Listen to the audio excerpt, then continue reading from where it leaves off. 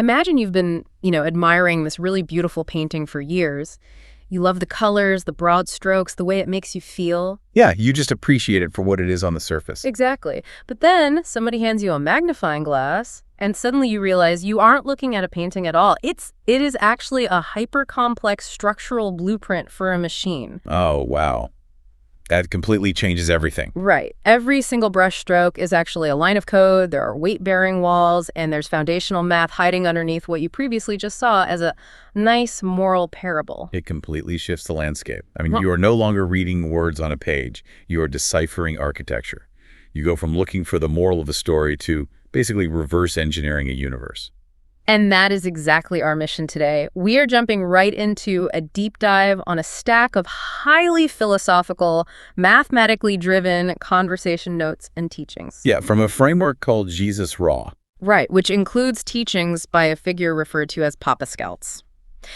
And the premise here is exactly what we just described, unpacking the Bible not as, moral poetry or qualitative metaphors, but as a literal, hyper-complex structural blueprint for reality, the universe, and human consciousness. Look, before we get into the actual mechanics and the math of this, we really have to put a massive disclaimer on this deep dive. Yeah, absolutely. Because we are looking at some intensely charged source material today. I mean, this framework includes blistering critiques of human and church governments, Islam, Judaism. It really does not pull its punches. Not at all. Yeah. And it maintains a firm, unyielding rejection of biological evolution. So we need to explicitly state that our job today isn't to validate these viewpoints, and, it's not to cancel them either. We're strictly analytical here. Right. We are not endorsing or taking sides. Our only mission is to impartially deconstruct the internal logic of this specific worldview so you can understand the mechanics of its fascinating and frankly startling architecture. Okay, let's unpack this. Because if we are going to understand how this framework views humanity, we first have to understand the foundational code the Creator allegedly used to build the universe. Which is a huge concept to tackle. It is. And in this theology, the absolute baseline of that code starts with the concept of wisdom. And we have to completely strip away the mystical fluff from that word.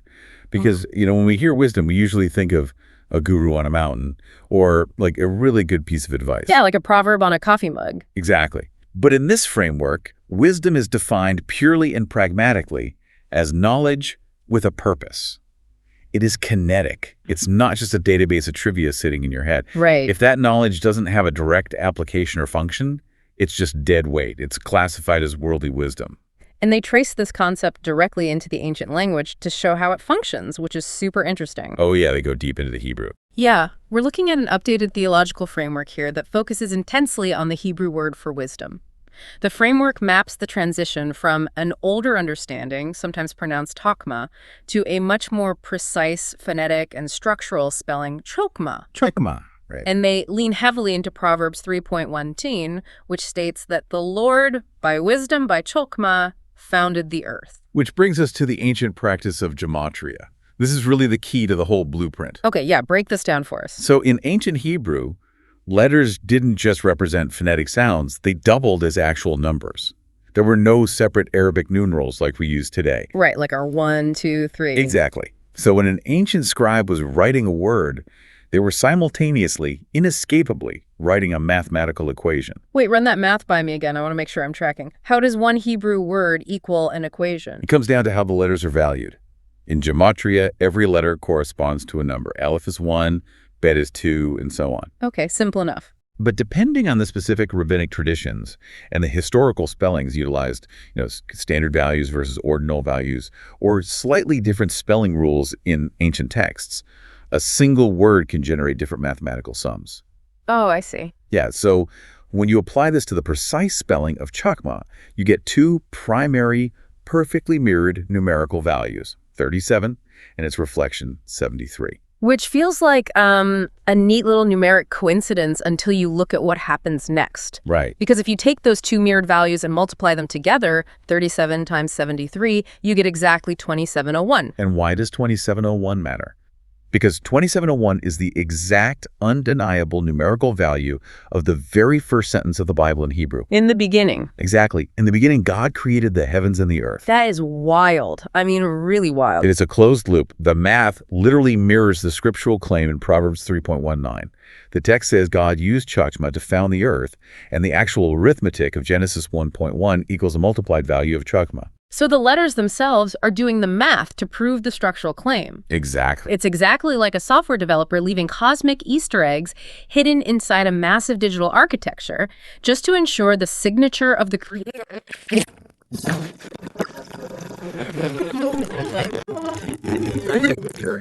Woven through all of their core concepts. Take the number 13. Okay. In this system, 13 is the numerical value for the Hebrew word for love, ahava. Right. It is also the exact value for the Hebrew word for unity, echad. Right. If you add love and unity together, 13 plus 13, you get 26. Which, if you apply the same gematria rules, is the exact numerical value of God's name, Yahweh. Yep. So structurally, mathematically, the creator is composed of exactly half love and half unity. It's entirely self-authenticating, and they actually take it a step further. Okay. If you take that 26 and add the 2 and the 6 together, you arrive at 8. So number 8. Right. And structurally, if you turn an 8 on its side, you have the symbol for infinity. In this theology, 8 is the foundational number of infinity, new beginnings, and resurrection. Because Jesus rose on the 8th day, right? Exactly, the day after the seventh-day Sabbath. And if you jump over to Greek gematria, the numerical value of Jesus' name, Ixis, perfectly adds up to 888. 3 8s. Total infinite resurrection. Okay, so if the universe's baseline code is written with this flawless, interconnected math, the obvious question is, how is the human machine engineered? I mean, if the universe is code, what are we? What's fascinating here is how this exact mathematical logic translates directly into biological life. Yeah. The framework transitions into human architecture using Genesis 1.26. Let us make man in our image after our likeness. Right. Which, if you're just reading it casually in English, sounds like poetic repetition, you know? Like image and likeness are just two ways of saying the exact same thing to sound important. But in a blooper, there is no wasted ink. Good point. The framework insists this is not redundant poetry. By deconstructing the original Hebrew triliteral roots, you know, the three-letter base that gives the Hebrew word its meaning, they reveal two fundamentally different manufacturing components. Okay, what are they? First, there's the word for image, betzalmenu. The root there is zel, which means spirit, shade, or shadow. And then there's the word for likeness, kidamutnu. Right, and the root of kidamutnu is dam, or dam, which literally means blood. Oh, wow. So right from the manufacturing floor, humans are engineered with a dual nature. A spiritual nature forged from the zel, and a physical, biological nature forged from the dam. And the framework actually ties this dual nature profoundly to the New Testament, specifically to John 7. Oh yeah, the part about the Messiah coming in the flesh. Exactly. They use this to show how the Messiah continues to come in human form. A true Messiah, a true representative of the Creator, must structurally possess both the zel, the divine spirit, and the dam, the physical blood and flesh. It cannot be just a ghost, and it cannot be just a man.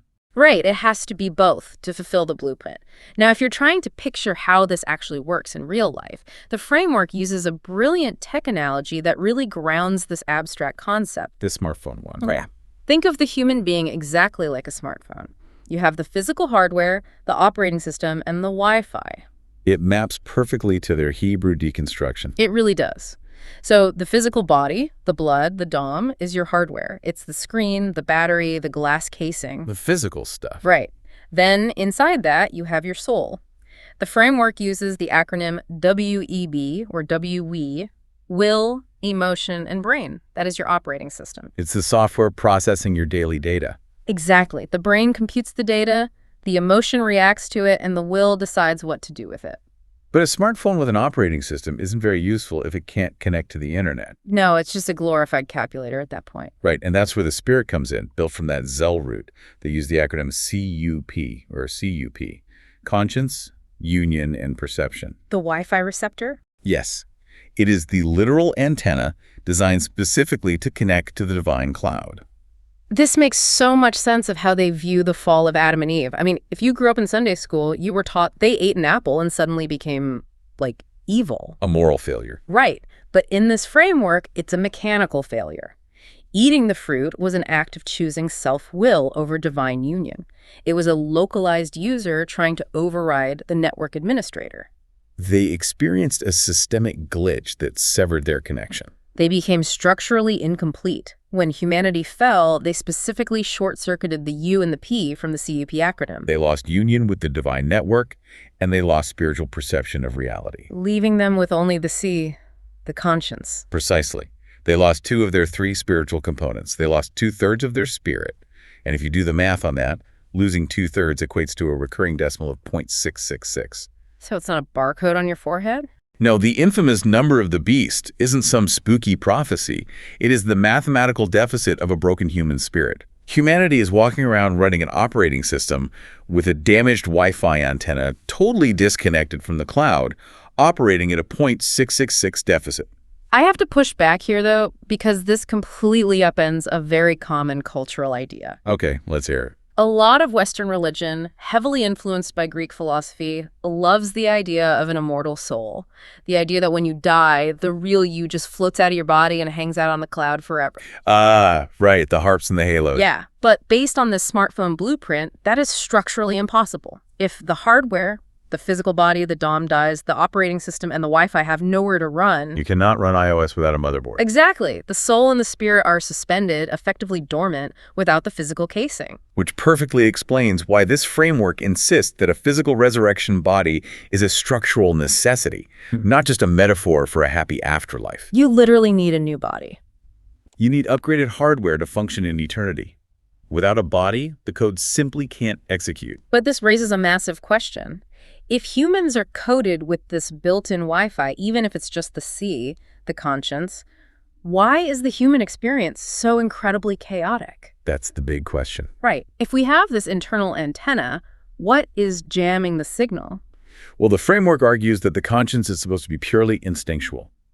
Think of a spider instinctively knowing how to weave a geometrically perfect web, or a bumblebee taking flight. Like it just knows how to do it. Right. Aerodynamic physics actually says a bumblebee shouldn't be able to fly based on its wingspan to weight ratio, but it does. It's a biological miracle, a built-in, pre-programmed instinct. So we shouldn't need a textbook to know what is right and wrong. The internal Wi-Fi should just tell us. Exactly. But the signal is constantly being jammed by man-made interference. The framework launches a blistering critique against external artificial structures, arguing that human governments act as third-party malware trying to overwrite our innate conscience. Because governments try to externalize morality. Yes. They argue that democracy cynically assumes man is inherently lazy and evil, so it builds a system of endless checks and balances. Meanwhile, socialism unrealistically assumes man is inherently good, so it demands collective trust. And the framework views both of those as fundamentally flawed operating systems trying to govern broken smartphones. And they apply this exact same critique to religious institutions and church governments, right? Oh, yeah. They claim that different religious denominations become spiritually deformed because they over-index on specific parts of the soul, the WB, while completely ignoring the spirit. Give me an example of that. For example, they argue that Baptists build their structures almost entirely on the B, the brain. It becomes a purely intellectual exercise of theology. Oh, I see. Conversely, they argue, Pentecostals rely entirely on the hypnotic E, emotion, bypassing actual union and mistaking an adrenaline rush for the spirit. It's like maxing out the processor until the phone overheats and calling that a spiritual experience. That's a great way to put it. It's incredibly damaging to the hardware. And they take it further. They argue that treating the physical paper of the Bible as the ultimate unyielding authority, rather than the living spirit, the logos, creates dead laws. Right. It's what the Apostle Paul meant when he wrote "The letter kills." You end up worshiping the physical instruction manual instead of actually connecting your Wi-Fi to the network. But if the original code was so mathematically perfect and the signal is this corrupted, we really have to address how drastically the architect responds. Yeah, things get intense here. And this leads us to the framework's highly controversial explanation for the extreme violence in the Old Testament. Yes, and this is where the deep dive gets really wild. We have to look at the mechanics of this. The sources dive into a narrative that reads straight out of a sci-fi movie. It really goes. They claim that Genesis 6 depicts fallen angels literally materializing into our dimension and mating with human women, creating a hybrid giant race known as the Nephilim. And we have to understand, they do not view this as an ancient mythology or a campfire story. They view this as a literal biological malware virus injected directly into the human DNA code base. The structural integrity of the dom, the blood, was compromised. Completely corrupted. So when you look at the global flood of Noah, or those localized eradications of entire tribes ordered by God in the Old Testament, the framework completely rejects the idea that these were acts of malicious genocide or a jealous deity throwing a tantrum. They view it as a clinical, biological quarantine. That is an intensely cold, calculated way to view those texts, wiping out nearly all of humanity as a clinical procedure. It is cold, but within their blueprint, it was a drastic structural necessity.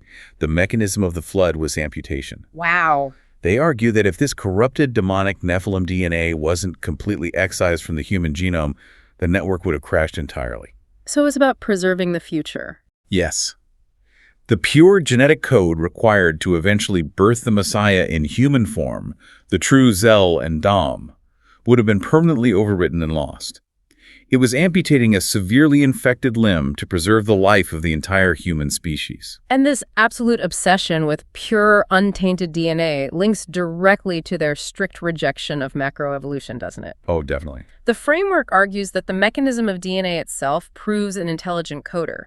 They point out that a single microscopic human cell is vastly more complex in its daily operations, logistics, and data transfer than the entire infrastructure of New York City. And they also know the sheer scale of the data. I mean, if you were to uncoil the DNA in a single human body and stretch it out, it would reach past the orbit of Pluto. That's insane. The argument here is simple, random, undirected evolutionary chance cannot produce that level of staggering mathematical complexity. Now, a geneticist would quickly point out that humans share an incredibly high percentage of DNA with chimpanzees or even bananas, and they use that as proof of a shared evolutionary ancestor. Right, the common descent argument. But this framework argues that DNA is just an open source code base.